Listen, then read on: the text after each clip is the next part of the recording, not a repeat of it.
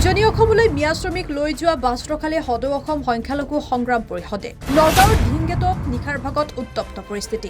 উজনি মোৱা বাছৰ পৰা মিয়া শ্ৰমিকক নমাই আনিলে সদৌ অসম সংখ্যালঘু সংগ্ৰাম পৰিষদে। নিৰাপত্তা নিশ্চিত নকৰাকৈ মিয়া শ্ৰমিকক উজনি অসমলৈ নিব নোৱাৰিব। য'ত আত্মসন্মান নাই, য'ত ইজ্জত নাই, য'ত আমাক মাৰপিট কৰা হয়, আমাক গালি দিয়া হয়, সেই ঠাইলৈ কিয় যাব লাগে? আপোনালোকক কোনোবাই অপমান কৰিলে, মাৰপিট কৰিলে আমি এই আন্দোলন কৰিব লাগে। এতিয়া আপোনালোকক উজনি অসমলৈ লৈ গৈছে হয়, যদি তাত কিবা হয় তেনেহ'লে জগৰীয়া কোন হ'ব? উল্কাৰ সদৌ অসম সংখ্যালঘু পৰিষদৰ। যে শ্ৰমজীৱী মিয়াক যিমান সময়লৈকে শ্ৰমৰ বিনিময়ত আত্মসন্মান উজনি অসমত নিদিয়ে, আমি সংখ্যালঘু সংগ্ৰাম পৰিষদে কেতিয়াও উজনি অসমত যাব উচ্চাৰণ কৰি ক'ব লাগিব যে মিয়া প্ৰয়োজন হৈছে উদ্যোগ বিভাগ, প্ৰত্যেকটো উদ্যোগ যিসকল তেওঁলোকৰ প্ৰতিষ্ঠান আছে প্ৰতিষ্ঠানবোৰ বন্ধ হৈছে আৰু মিয়া শ্ৰমিকৰ প্ৰয়োজন হৈছে মালিকসকল আৰু বিভিন্ন অনুষ্ঠান প্ৰতিষ্ঠানৰ মালিকসকল কিন্তু এই 30টা দল সংগঠনৰ বিৰুদ্ধে কিন্তু এই প্ৰতিবাদ সাব্যস্ত কৰা নাছিল। আমি এতিয়ালৈকে যাব দিয়া নাই, আমি যাব নিদিম যেতিয়ালৈকে আপোনাৰ চৰকাৰী পক্ষৰ পৰা কোনো ধৰণৰ লিখিত প্ৰতিশ্ৰুতি আমাক নিদিব, তেতিয়ালৈকে আমি সংখ্যালঘু সংগ্ৰাম পৰিষদৰ সজাতি দল ইয়াত আছোঁ। আমি কেতিয়ালৈকে আমি এই মানুহখিনিক যাব নিদিওঁ। আৰু যে শ্ৰমজীৱী মিয়াক যিমান সময়লৈকে শ্ৰমৰ বিনিময়ত আত্মসন্মান উজনি অসমত নিদিয়ে, আমি সংখ্যালঘু সংগ্ৰাম পৰিষদে কেতিয়াও উজনি অসমত যাব নিদিওঁ। একদম চিধা কথা কৈ দিছোঁ।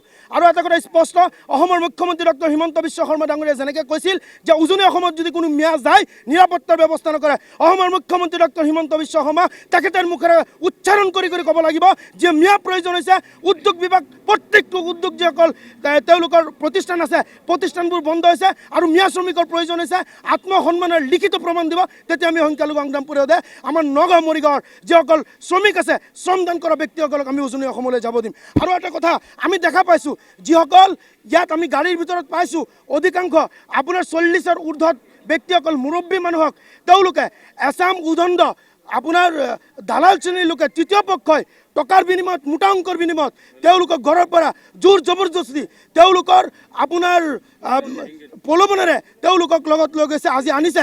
আৰু ইয়াত লগে লগে আমি সমান্তৰালভাৱে দেখিছোঁ আপোনাৰ 7-8 বছৰ 9 বছৰ আপোনাৰ কিশোৰী স্কুলীয়া ছাত্ৰ ছাত্ৰীক তেওঁলোকে লৈ গৈ আছে তাত শ্ৰম কৰিবলৈ। যি সময়ত অসমৰ মুখ্যমন্ত্ৰী ডক্টৰ হিমন্ত বিশ্ব শৰ্মা ডাঙৰীয়া শিশু শ্ৰমিক বন্ধ কৰাৰ কথা কয়, সেই সময়ত খিলঞ্জীয়া ইটাভাটা উদ্যোগ প্ৰতিষ্ঠানসকলৰ ব্যক্তিসকলে তেওঁলোকক স্ব ইচ্ছাই উজনি অসমৰ পৰা খিলঞ্জীয়া ব্যক্তি আহি আমাৰ মিয়া মুছলমান সংখ্যালঘু মানুহখিনিক লৈ গৈ আছে। যিমান সময়লৈকে শ্ৰমজীৱী মানুহক আত্মসন্মানৰ দ্বাৰা প্ৰতিদান দিয়া নহ'ব, সংখ্যালঘু সংগ্ৰাম পৰিষদৰ স্পষ্ট আৰু আপোনাৰ চিধা কথা আমি উজনি অসমত যাব নিদিওঁ। আজি আমি নগাঁও ডিংগেট স্থিতত এটা বাছ আমি ৰখাইছোঁ। আমাৰ ইনফৰমেশ্যন আছিলে আপোনাৰ মৰিগাঁও বা সেই অঞ্চলৰ পৰা এটা বাছ ভৰ্তি শ্ৰমিকসকল কোনোবা তৃতীয় পক্ষৰ এজন দালাল শ্ৰেণীয়ে উজনি অসমত কাম কৰিবলৈ লৈ যোৱাৰ এটা চেষ্টা অব্যাহত ৰাখিছে। আমি ইনফৰমেশ্যন পোৱাৰ লগে লগে আমাৰ সংগ্ৰাম পৰিষদৰ এটি সজাতি দল আমি ইয়াত ৰখাইছোঁ আৰু সোধপোছ কৰিছোঁ। আমি তাতে দেখিছোঁ বেছি সংখ্যক একেবাৰে স্কুলীয়া ছাত্ৰ ছাত্ৰী, যে স্কুলীয়া ছাত্ৰ ছাত্ৰী তেওঁলোকক এই ইটাভাটাত কাম কৰিবলৈ লৈ যাব।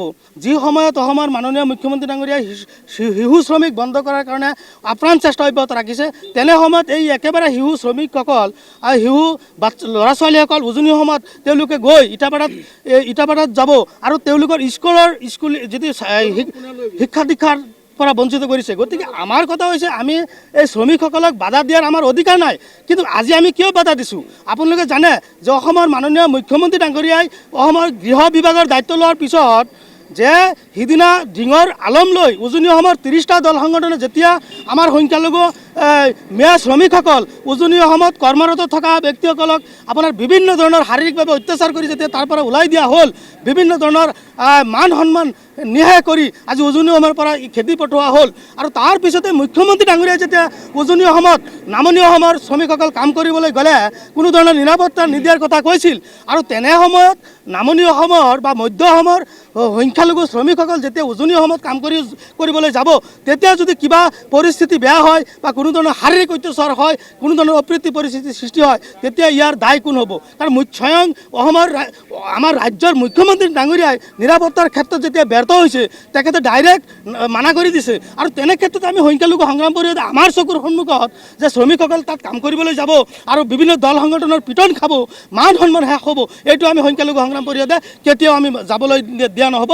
আৰু যেতিয়ালৈকে 30টা দল সংগঠনে স্পষ্টভাৱে লিখিত প্ৰতিশ্ৰুতি নিদিব আৰু আপোনাৰ মুখ্যমন্ত্ৰী ডাঙৰীয়াই যেতিয়ালৈকে আপোনাৰ প্ৰতিশ্ৰুতি নিদিব যে যেতিয়ালৈকে সেই উজনি অসমত কাম কৰিবলৈ যোৱাৰ পিছত সম্পূৰ্ণভাৱে নিৰাপত্তাৰ দায়িত্ব মুখ্যমন্ত্ৰী ডাঙৰীয়াই ল'ব, তেতিয়ালৈকে সন্মানে উজনি অসমত কাম কৰিবলৈ যাব আমি সংখ্যালঘু সংগ্ৰাম পৰিষদে আমি সহযোগ কৰিম। তাৰ উপৰিও আমি এটা কথা অনুভৱ কৰিছোঁ, আজি উজনি অসমৰ ইটাভাটা হওক বা অনুষ্ঠান প্ৰতিষ্ঠান আজি শ্ৰমিকৰ অভাৱত আজি বন্ধ হ'ব ধৰিছে। আমাৰ কথা হৈছে এই ক্ষেত্ৰত আমিও দুখ প্ৰকাশ কৰিছোঁ, আমি অৰ্থনৈতিক অৱৰোধটো আমি কেতিয়াও নিবিচাৰোঁ, কিন্তু যেতিয়া 30টা দল সংগঠনে একাংশ আমাৰ মুছলিম আপোনাৰ এই শ্ৰমিকসকলৰ ওপৰত অত্যাচাৰ চলাইছিল, বিভিন্ন ধৰণৰ আত্মসন্মান তেওঁলোকৰ হেও প্ৰতিপন্ন কৰিছিল, তেতিয়া কিন্তু সেই ইটাভাটাৰ মালিকসকল আৰু বিভিন্ন অনুষ্ঠান প্ৰতিষ্ঠানৰ মালিকসকল কিন্তু এই 30টা দল সংগঠনৰ বিৰুদ্ধে কিন্তু এই প্ৰতিবাদ সাব্যস্ত কৰা নাছিল।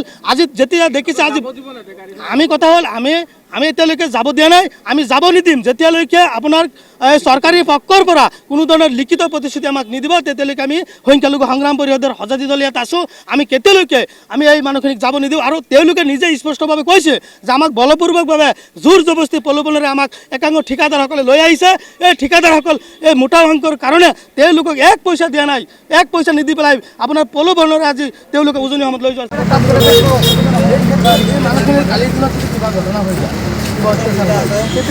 অত্যাচাৰ হ'বই, মানুহকেইটা কৈ আছে আমাক ঘৰলৈ পঠিয়া, সেইকেইটা মানে কৈ আছে। মই হ'লো গাড়ী চলাওঁ,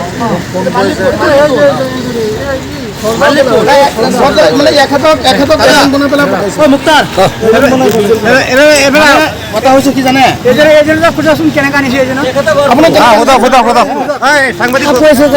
যিটো সুধি সেইটো ক'ব। আপোনালোকে এতিয়া মানুহখিনিলৈ ক'ত গৈছে? আপোনাৰ নামটো কি? মোৰ নাম মুকিব আলী। মুকিব আলী। আপোনাৰ ঘৰ? মোৰ ঘৰ ভলুকাগুৰি। ভলুকাগুৰি মানে এইটো কোনটো ডিষ্ট্ৰিক্ট? এইটো আপোনাৰ মৰিগাঁও নহয়, আমাৰ ডিষ্ট্ৰিক্টটো ডিব্ৰুগড়। ডিব্ৰুগড়। আপুনি ডিব্ৰুগড়ৰ পৰা আহি পেলাই আপোনাৰ মানুহ লৈ গৈছে? ডিব্ৰুগড় তাৰ বস্তুটো শিৱসাগৰ নহয়, আপুনি তাৰ পৰা আহি পেলাই মানুহ লৈ গৈছে মৰিগাঁও বৰিবজাৰৰ পৰা। এতিয়াতো আপুনি নগাঁও আছে, জেগাডোখৰৰ নাম গম পায়? কি নাম এইখিনি? এইটো নগাঁও, এইখিনি ডিংগেট নগাঁও। গতিকে আপুনি যে তাৰ পৰা আনিছে তেওঁলোকৰ ব্যৱস্থা কি আছে? কাগজ পাতি কি আনিছে আপোনালোকে? চাওক যে শৃংখল চলিয়াক কৈছে চেণ্ডেল জোতাৰ মালা পিন্ধাব, ইভেন এজন আপোনাৰ MLA তেখেতে অপদস্থ কৰিছে। আমাৰ এই যে খাটি খোৱা মেয়া মানুহ শ্ৰমিক, এই সৰু সৰু ল'ৰা ছোৱালী লৈ গ'লে তাত কাম কৰি খাব, এই মানুহখিনিক যেতিয়া মাৰপিট কৰিব, অত্যাচাৰ কৰিব, আমাৰ ভাল লাগিব? আপুনি কওকচোন, আমাৰতো ভাল নালাগে। গতিকে আমিতো কোনোদিন পৰিৱেশ বেয়া সৃষ্টি কৰিব বিচৰা নাই। আমি এতিয়াও কওঁ তেওঁলোকৰ নিৰাপত্তাৰ ব্যৱস্থা দিব পাৰিলে আপোনালোকে লৈ যাওক, আমাৰ কোনো আপত্তি নাই। কিন্তু ইয়াত আপুনি নিৰাপত্তাৰ ব্যৱস্থা কি কৰিছে মোক দি থোৱাৰ পিছত লৈ যাওক। ইয়াত মই আমি কাগজ সম্পূৰ্ণ লিখি মেলি একদম পুৰা নাই নাই, ক'ত আছে আপোনাৰ? ক'ত আছে কাগজ? আপুনি যিখিনি কাগজ আছে সেই কাগজখিনি ওলাব।